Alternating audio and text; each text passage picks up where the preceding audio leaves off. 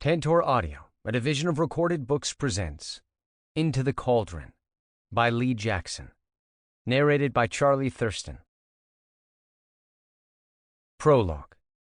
June 6, 1944. Sark, Guernsey Bailiwick, Channel Islands. Through her front window, Dame Marian Littlefield watched the German doctor and the Wehrmacht staff officer accompanying him approach the Seigneurie, her ancestral home, which also served as her official seat of government. The island, a British possession, remained the oldest feudal system in the Western world, with her family having administered there as benevolent rulers for the past 200 years. Sark had been occupied by the Germans since the outset of hostilities in 1940. Marian had implored the residents to remain on the island to preserve its culture, steadfast in the belief that Great Britain would prevail. Every one of them had stayed, including some who had considered accepting Prime Minister Winston Churchill's offer to evacuate them.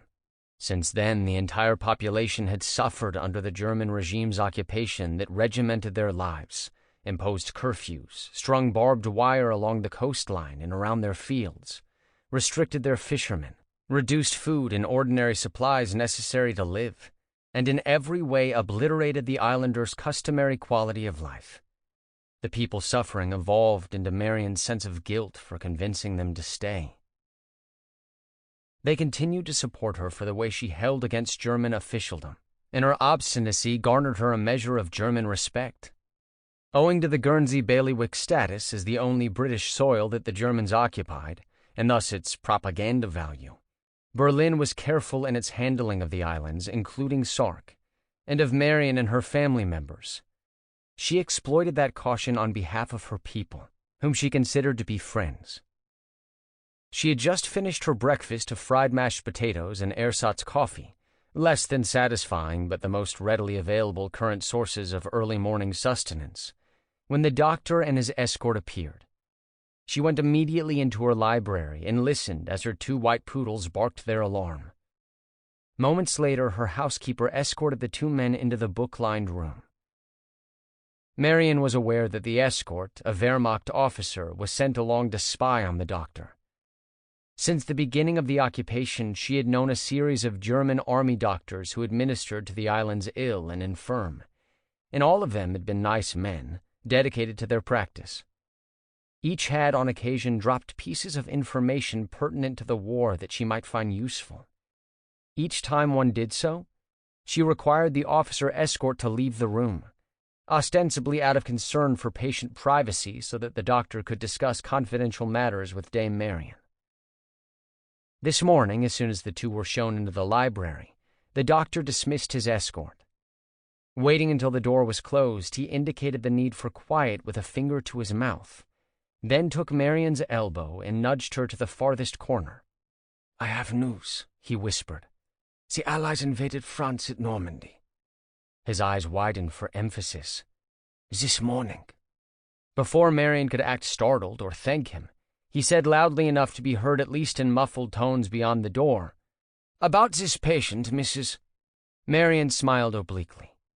She had heard the news earlier over the BBC on a radio she kept hidden in her storage room at the back of the mansion, under threat of death. June 11th, 1944. Guam, Mariana Islands. In his earlier years, U.S. Navy radio man George Tweed never would have thought that the most beautiful sound he would hear in his life was that of American bombers flying over Guam's northwest coast. He had been eating breakfast deep inside a fissure among the cliffs, where he had taken refuge to avoid capture by Japanese troops, when the air resounded with the deep-throated roar of many engines flying above the clouds on this gray morning. He rushed to his lookout.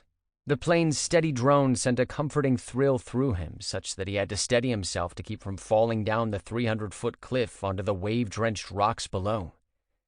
Then a break in the overcast sky revealed the aircraft, and in that moment long silvery tubes dropped from their bellies. The sun glinted from the bomb's skin as they fell and then faded from view below the clouds, plunging into Agana Harbor a few miles to the southwest. Moments later, their explosions rolled across the waters, muted by thick foliage along the coastline. As the sounds of the aircraft faded, Tweed leaned against the cliff wall and breathed deeply. Perhaps rescue will come. All I have to do is stay alive. 1. June 12, 1944. Bréville-les-Monts, France. British Army Lieutenant Colonel Paul Littlefield watched in dismay as a distant battle unfolded. Artillery carrier rounds streaked across the night sky and released flares, which then descended on tiny parachutes, illuminating the battlefield in ghostly light. They were joined by their invisible, high-explosive companions hissing to their targets, falling on them with thunderous impact. The ground trembled. Small arms popped and crackled, and machine guns spit out tracers amid their rhythmic cacophony. The skirmish was going terribly awry. Paul stood in the churchyard of Saint-Pierre de Bréville-les-Monts, less than 2 miles from where the firefight raged in the field southwest of and belonging to Château Saint-Côme. Not even 48 hours earlier, another disastrous battle had taken place in the same locale. Germans occupying a position in a tree line east of the chateau had presented a potentially major threat to the Allied beachhead's northeastern perimeter. The British 12th Parachute Battalion of the 6th Airborne Division had been sent in to clean them out. Having fought across North Africa, the battalion was combat-hardened. However, its strength had been reduced by casualties to only 150 men, by successive charges against a German shore battery at Merville that had threatened the landing at Sword Beach. Finally occupying that objective after fierce 2-day fighting, the battalion moved on and arrived at the chateau in Bréville 2 days ago. There they learned the hard way that they must adopt new tactics. They started across a field and line abreast as they had done in the African deserts, only to be mowed down by German machine guns positioned behind hedgerows. Hedgerows had proven to be a major obstacle across the Normandy front. For centuries, farmers there had fenced in their fields by piling rocks along their property's boundaries. They overlaid the rocks with a thick layer of dirt, the resulting formation rising to roughly 5 feet, crowned with hedges and trees. The resulting quilt-like tapestry of verdant fields enclosed by thick foliage dominated the 40-mile front, and proved deadly to the attacking infantry and armor forces. For armor units, the greatest danger occurred when they attempted to break through the hedgerows. In doing so, they encountered the unyielding stone bases, and the tanks' fronts rose into the air, exposing their vulnerable bellies. German anti-tank weapons made swift work of them. For infantry, the threat came from German machine guns positioned at the corners of the fields, opposite the direction of the attacking forces, and ensconced in thick foliage. The fire they delivered, accompanied by small arms spread out behind thick cover between them, was murderous. A further disadvantage of attacking through the hedgerows was that the enemy knew the terrain and had been digging in for weeks. Even Allied air supremacy, gained in fierce dogfights over Great Britain, North Africa, Italy, and already 100 miles deep over France, had proven to be of minor effect over Normandy, because the Nazi fortifications had been reinforced with concrete and steel, and because the sunken roads and lanes between the fields were covered by thick tree canopies, thereby obscuring targets. The challenge presented by the hedgerows, called bocage, was not entirely unexpected. The army had trained them in similar terrain in Ireland. However, the stony bases under the soil had been unanticipated, as had the full-grown trees obscuring them. Advancing by inches rather than miles in bocage country had thus become a major and deadly frustration across the front. Paul hardly believed that 6 days had passed since he led 2 troops of French commandos ashore at Sword Beach on D-Day. Officially, he was their commander, but he had full faith and confidence in Capitaine Philippe Kieffer of General Charles de Gaulle's Free French Army. The Allies had flipped the army in Algeria away from the Vichy French regime, which owed its allegiance to Nazi Germany. Despite his formal position as commander of the French Commando Battalion, Paul's role had been largely that of liaison. Because of his combat experience and French language proficiency, he had been recruited by the position by Brigadier Simon Fraser, 15th Lord Fraser of Lovat, commander of the 1st Special Service Brigade under the British 6th Airborne Division. Given the importance of the Normandy landing, Lovett had insisted on at least a mid-grade officer with a combat-experienced officer who was fluent in French to command the French commandos during the landing and initial actions immediately thereafter. However, the French captain, Kiefer, had proven himself capable, and had, in fact, been the officer who had conceived, organized, and led the French commandos. Kiefer had subordinated himself and his troops to British command willingly for the chance to fight for France on his home soil, and he was the first man on shore. His troops needed no urging. Intent on retaking their homeland from the German invaders, they had set about their mission swiftly and competently. Facing light resistance, within an hour of landing, they were in position to support British paratroopers in securing a bridge, codenamed Pegasus, south of the village of Ouistreham astride the Orne River on the road to Caen. Capturing Caen had been a main Allied objective on D-Day. Situated along the Orne 10 miles inland from Sword Beach, the city was a major intersection for road and railway traffic, and was within striking distance of the German border 400 miles due east. The overall plan had been to secure a beachhead along the Normandy coast from Ouistreham in the east to Grand Caen-Messy in the west, and then to charge inland to expand the perimeter and seize Caen and Saint-Lô, 2 towns with major crossroads within a short distance of Normandy's coast. However, both remained in German hands. The plan had been thwarted by the bocage.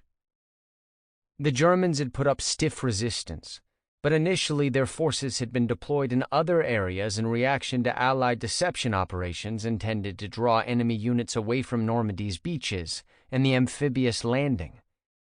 On D-Day +1, the Wehrmacht mounted a major counterattack along the Allies' southern perimeter. It had been repulsed, but the bocage slowed Allied forward movement to a crawl. Brigadier Lovett's No. 4 Commando, after meeting its assigned D-Day objectives, had been seconded to the 12th Parachute Battalion and set up defensive positions at Raville, a village adjacent to Bréville, on the east side of the river. There, because Capitaine Kiefer had demonstrated his combat effectiveness and required only an interpreter/liaison of lesser rank, Paul had relinquished command to him and joined Lovett's operations staff. German artillery salvos had preceded vicious German counterattacks at both villages, and they continued for 2 days. They were repulsed each time. This morning, those against Raville had subsided, but they continued at Bréville. Lovett had gone to Bréville to observe the fighting and to see how he might support his neighboring commander. He had taken members of his staff with him, including Paul. A 51st Highlanders Division Field Artillery section had set up in a field behind the church.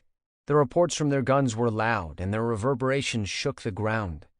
Flames burst from their muzzles, lighting up the ground around them. Paul had wondered about the wisdom of observing from a position forward of the guns. A short round could eliminate the entire command group. However, the position in front of the church provided the best vantage for observing the field, and Lovett deemed the risk to be small, so Paul swallowed his angst and followed along. For a moment, Paul reflected on a similar scene he had experienced as he prepared to attack a village at the base of Monte Cassino in Italy. He shook his head in disbelief. That was only 6 months ago. A fragment of a memory entered his mind. It was the same one that had flashed before his eyes back then. It was a frequent memory now, one he wished he could erase even while he cherished it, of a little girl, her body still warm, her terrified face untouched but for the tears that were still wet on her cheeks. Clutching a dust-covered teddy bear, she was alone in her home, which had just been demolished by exploding artillery. Apparently a shock wave had snuffed out her life. Paul had wished then, and he wished now, that he could have held and protected her, and seen her eyes and lips flash a bright smile. Instead, he had carried her to her grave in a nondescript remote hamlet. Now he wondered whose homes would be destroyed by guns tonight, which children would lie lifeless when the terrible projectiles exploded, and how many more innocents this war would consume. He wandered away from where Lovett stood with the other staff members. By the light of a waning half-moon, the worn stone structure of the little ancient church braced pale against the night sky. In the field behind the building, the artillery batteries, lined up in a row, launched salvo after salvo. Paul watched, fascinated by the yellow flames shooting from the barrels of each gun, the rising smoke, and the thunderous noise as the rounds arced over the battlefield. A change in sound caught his attention. A hiss turned into a whistle and grew louder. An improbable short round was heading straight toward the church. Suddenly those Paul loved and held most dear flashed through his mind. His mother and stepfather, Marion and Stephen. His siblings, Claire, Lance, and Jeremy. An image of Ryan Northbridge seemed to materialize too. The woman he adored who had been snatched away, shot down while ferrying a bomber to its forward position. Now the vision of her appeared almost real enough to touch. His chest caught. He whirled about and called out a warning. An instant later he heard a thunderous clap, saw billowing smoke all around, and for a brief moment he felt himself being thrown through the air by a shock wave. 2. June 13, 1944. Villers-Bocage, France. British Second Lieutenant Derek Horton quelled terror rising from his gut into his throat and tingling along his arms and legs. At the other end of this tiny village, a Tiger tank maneuvered around a corner. It took no pains to hide its presence behind standing rubble of ruined homes. Instead, its powerful 88mm cannon rotated slowly to the left. Inside the lockdown war monster's turret, Horton knew a set of eyes belonging to a seasoned veteran searched for a new target. And Horton's tank squatted in the middle of the next intersection with nothing to hide it from the Tiger. His Firefly, a modified Sherman M4 with a 76.2mm gun, was more of a match for the Tiger than a regular Sherman M4, which had proven all but ineffective against the German behemoths in head-to-head firefights. The Germans had developed the Tiger in response to the Soviet T-34, giving up speed and maneuverability in exchange for thicker armor, greater firepower, and more reliability. An advanced tread design allowed the Tigers to travel over rougher ground with a smoother ride, but they tended to bog down in mud and snow due to their added weight. Once damaged by natural elements, repairing them in a field setting was untenable. Hence, Soviet commanders planned attacks against Tiger units during the coldest and wettest times of any day. But this was neither the Soviet Union nor a cold or wet day. The last week had been a blur to Horton. After landing at Arromanches on D-Day, surviving the landing at Jig Green sector of Gold Beach, the murderous ground-level machine gun fire, and the race to the dubious shelter of a sea wall, he had then led his platoon of Sherwood Rangers yeomanry back across the beach to retrieve their Fireflies. On regrouping, he had learned to his dismay that his platoon commander had bought the farm during the first moments of the landing, and that he, Horton, now led the platoon. This was the second such instance in less than a year, the previous one having occurred at Anzio. He relished neither the added responsibility nor the cause of his promotion, the loss of his immediate superior. After the last occurrence, he had been elevated in the field to his current junior officer rank. Despite the scale of early casualties, the objectives of the British 5th Division landing on Gold Beach had remained the same. Secure a beachhead, capture Arromanches to the west, press in the same direction to establish contact with American forces at Omaha Beach, take Bayeux to the north, and link up with the Canadian forces at Juno Beach on the eastern flank. The Sherwood Rangers' mission was to support the 1st Hampshires in capturing German headquarters at Les Hamelles-Surin, which controlled the coastal weaponry in their sector, including 4 150mm guns at Longueuil-sur-Mer. Difficulties at the outset, including landing too far from shore and west of the intended spot, had resulted in many Hampshire casualties from drownings and withering enemy machine gun fire. The Sherwoods had also encountered trouble. Their tanks arrived separately, late, farther down the beach than intended, and in the opposite direction from the Hampshires. Nevertheless, the Sherwoods and Hampshires had coalesced on the sand within the shadows of the enemy guns and traversed the length of Jig Green Gold for 2.5 miles under blistering fire to knock out and capture the gun position at Longueuil-sur-Mer. They took several prisoners, finding that most of them were men in their 40s or older who were in shock not only at the mass of men, ships, and machines streaming to the shore they occupied, but also that it was happening at all. The Sherwoods and Hampshires delivered their prisoners to a guard detail established for the purpose, continued along the beach, and cut inland. Heading south, they circled to take L'Amel from its rear. Meanwhile, other units at Gold linked up with the Canadians on the left and the Americans on the right. By 1900 hours, the beachhead had been secured all along Normandy. Expansion of the perimeter and a buildup of supplies and reinforcements began, and in the Gold sector, preparations went into place for an assault on Bayeux. Then the next day, a French civilian with a message made his way to the beach and was swiftly escorted to British headquarters. The Wehrmacht had vacated Bayeux, he told the astonished commanders, and the Allies could enter unopposed. Word spread quickly of the joyous reception of Allied troops into the first French city to be liberated. As the convoys rumbled through the town and the defensive positions abandoned by the Wehrmacht, women and children lined the streets and showered the troops with flowers, kisses, and many bottles of Calvados, the local brandy. The Allies had been frustrated in not seizing Bayeux and Caen on the first day of the invasion. Both cities were important crossroads for moving troops and supplies across northern France to liberate the country and threaten Germany. Now with Bayeux under Allied control, General Bernard Montgomery, then the Allied ground commanding general in France, decided to attack Caen from two sides in a pincer.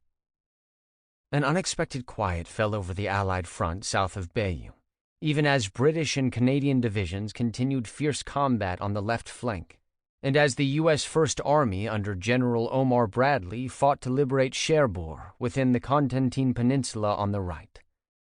Controlling ports, major roads, and railways was key to winning, and seizing Cherbourg, Bayeux, and Caen would ensure clear avenues over a major section of northern France. Horton and his tank crews had settled in to enjoy a few days of relative tranquility. His thoughts wandered to Chantal Boulier, the French girl who had stolen his heart. "Bloody hell, she knocked my socks off," he muttered to himself and chuckled. He had met her when she was 14, then a scared little girl escaping to Marseille with her older sister Amélie from the German onslaught at Dunkirk.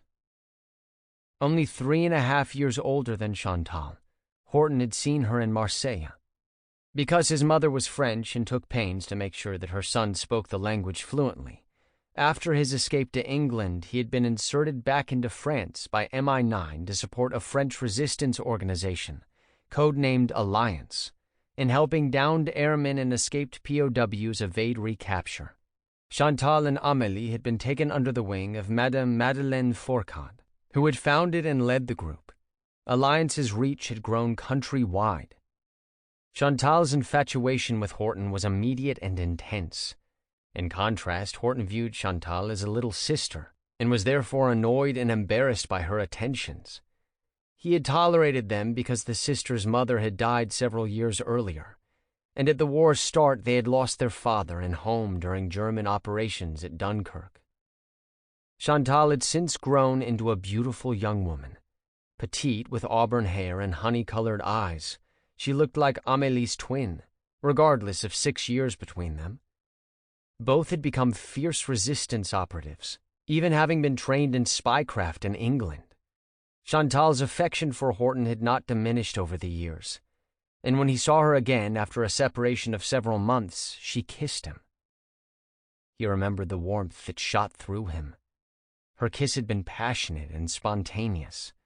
Horton had not expected it, and he had pulled away. Chantal persisted, however, and Horton succumbed. She had cried as they parted ways after Christmas in London. That was 6 months ago. He was then heading into combat in Italy, and she was going back to France to work for Fourcade's alliance. Horton had landed at Anzio and fought up Italy's mountainous spine. Then he had been transferred to the Sherwood Rangers for the invasion at Normandy, and landed at Arromanches. For a fleeting moment, as he slogged through the surf and machine gun fire at Gold Beach, he had wondered where in France Chantal might be. Now, as he sat enjoying rest at L'Amel, Thoughts of her diverted his mind from horrors he had seen, the responsibilities he carried as a lieutenant with men to lead, and days ahead of more combat. As he imagined her eyes gazing into his chest suddenly swelled and constricted involuntarily, and he laughed quietly at himself. "Blimey, you fool," he muttered. "That little girl you couldn't stand to be around now has you by the nose," he sniffed. "One day I'm going to marry her, if she'll have me." His platoon sergeant approached him. "Who are you talking to?" "Just myself," he replied and laughed. "I do that when I need an intelligent conversation." "Well, don't talk to yourself too long," the sergeant jibbed. "We've got another mission. The first sergeant sent me to find you. You need to be in a briefing in 15 minutes. He grinned. "See how much fun it is to be a platoon commander?" Horton groaned. "I didn't ask for this. All right, get the men ready. I'll brief as soon as I get back." The mission had arisen quickly from an ultra-level intelligence report just received at General Montgomery's 21st Army headquarters and distributed hastily. It provided details on a major counterattack against Allied forces, extending across the Normandy perimeter from Caen to Bayeux. In the sector that included the latter city, the main enemy force would be the Wehrmacht's elite Leah Panzer Division, a Waffen-SS unit. It would include a particularly notorious Waffen-SS Tiger Company led by an officer, Michael Wittmann, whose name had become legendary on both sides of the war. He was credited with having personally killed 117 tanks on the Eastern Front in the Soviet Union during Operation Barbarossa and during battles at the Kursk salient during Operation Citadel. Immediately after the invasion began at Normandy, intelligence reports filtered down of massive transfers of German reinforcements to Normandy's coastline. The troop movements had stepped up as Allied elements pressed inland, and fighting intensified at Caen and around Cherbourg. Now the disposition of the new enemy units threatening Normandy became clear. The 21st Panzer Division and the 12th SS Division would attack at Loubezay in the northeast, and Combes to the west of Caen, respectively. The Lear Division would simultaneously strike northwest through Villers-Bocage to retake Bayeux. Michael Wittmann was believed to be headed toward Villers-Bocage. The Sherwood Rangers were ordered to defend there. Again in a support role, the Sherwood Rangers, including Horton's tanks, followed the British 7th Armored Division to meet and expel enemy forces at the town. The Desert Rats, as the division was known for its successes in North Africa, was a highly respected unit. However, the tactics that had proven so effective at El Alamein, Medinine, and in the campaign to take Tunis had been modified in Italy, where the tanks were largely confined to roads. Now, on encountering sunken lanes bounded by hedgerows that provided little visibility across Bocage country, the division needed once again to change its maneuver schemes, and to do so on the fly as it pushed to meet the Lear Division and Michael Wittmann's company. From a mile north in the neighboring hamlet of Villers-Bocage, Horton watched as the Desert Rats rolled along hedgerow-lined lanes in a convoy of 138 tanks and armored vehicles. Ordinarily, he would expect Allied aircraft to saturate the area with bombs, and that fighters would be circling to strafe enemy convoys. However, the nature of the Bocage country had become plain. Enemy positions could not be spotted from the air, and their movements were difficult to detect. It was a defender's dream and an attacker's nightmare, each small field constituting a killing field. Villers-Bocage, set at the top of a high ridge on a main road, provided a rare vantage for viewing the surrounding countryside.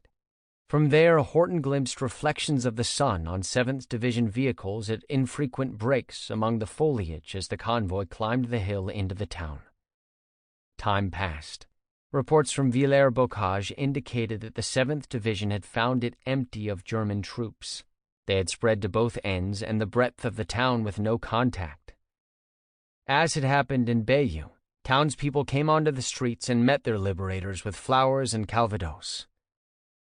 Then the unmistakable sounds of Tiger Tank's 88mm guns broke the calm. In quick succession, they fired from the 7th Division's flanks, their explosive rounds piercing the Sherman's armored sides and setting off their ammunition. Sample complete. Ready to continue?